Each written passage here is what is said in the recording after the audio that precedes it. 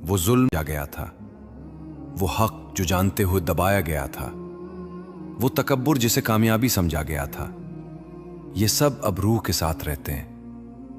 یہاں انسان سمجھتا ہے کہ اصل وزن گناہ کا نہیں بلکہ غفلت کا تھا۔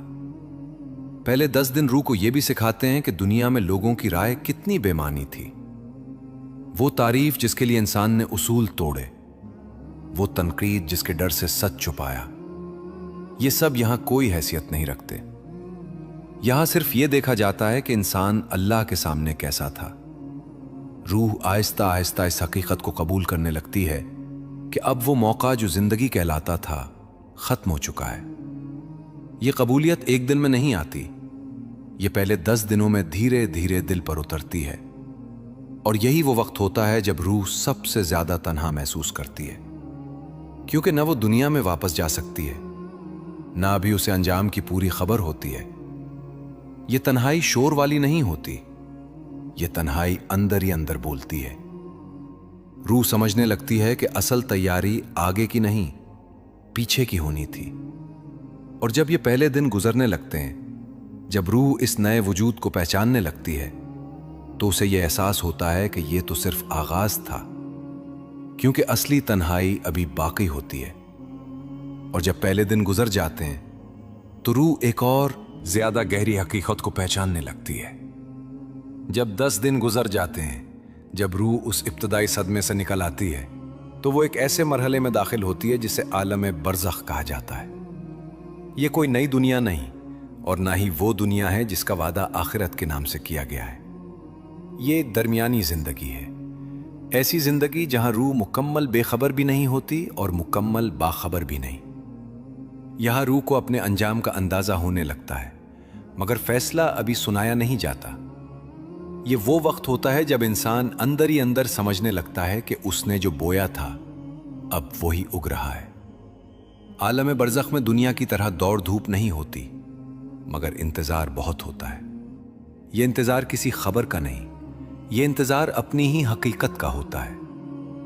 10 سے 40 دن تک روح آہستہ آہستہ یہ محسوس کرنے لگتی ہے کہ اس کے اعمال اب اس سے الگ نہیں ہو سکتے۔ یہاں کوئی عمل نیا شامل نہیں ہوتا اور کوئی عمل حذف نہیں ہوتا۔ جو ساتھ آیا وہ ساتھ رہتا ہے، جو پیچھے رہ گیا وہ واپس نہیں آتا۔ اسی دوران روح کو یہ بھی اندازہ ہونے لگتا ہے کہ کس چیز نے اسے سکون دیا اور کس چیز نے اسے تھکا دیا۔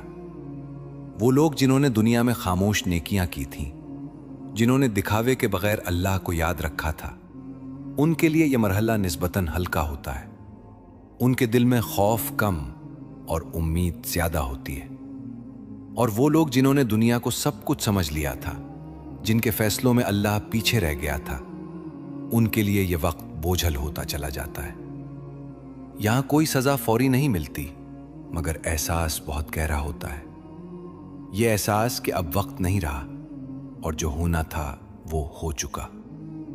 اسی مرحلے میں لوگوں کے ذہن میں ایک سوال آتا ہے، کیا زندہ لوگوں کی دعا یہاں کچھ اثر رکھتی ہے؟ سچ یہ ہے کہ دعا، صدقہ اور خیر کا اثر ہوتا ہے، مگر ویسا نہیں جیسا لوگ سمجھ لیتے ہیں۔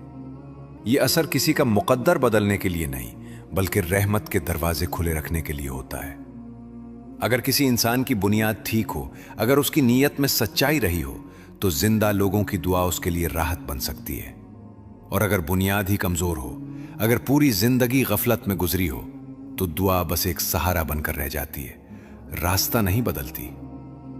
یہی وہ مقام ہے جہاں روح دنیا کے بڑے دھوکوں میں سے ایک سمجھ لیتی ہے کہ صرف لوگوں کی امید پر زندگی گزارنا کتنی بڑی غلطی تھی۔ یہاں انسان سمجھتا ہے کہ اصل سہارا لوگ نہیں تھے، بلکہ وہ عمل تھا جو تنہائی میں کیا گیا تھا۔ عالم برزخ میں روح کو یہ بھی احساس ہوتا ہے کہ دنیا میں جن چیزوں پر وقت ضائع کیا گیا وہ کتنی معمولی تھیں، اور جن باتوں کو کل کے لیے چھوڑ دیا گیا وہ کتنی ضروری تھیں۔ یہ مرحلہ انسان کو خاموشی سے سکھاتا ہے، بغیر ڈانٹ کے، بغیر شور کے، بغیر اعلان کے، اور یہی سیکھ سب سے گہری ہوتی ہے۔ 10 سے 40 دن کے درمیان روح آہستہ آہستہ یہ قبول کر لیتی ہے کہ اب اس کی دنیا پیچھے رہ گئی ہے۔ اب سوال یہ نہیں رہتا کہ لوگ کیا کر رہے ہیں، اب سوال یہ ہوتا ہے کہ میں نے کیا کر لیا تھا۔ یہی وہ مقام ہے جہاں روح ایک ایسی بات سمجھ لیتی ہے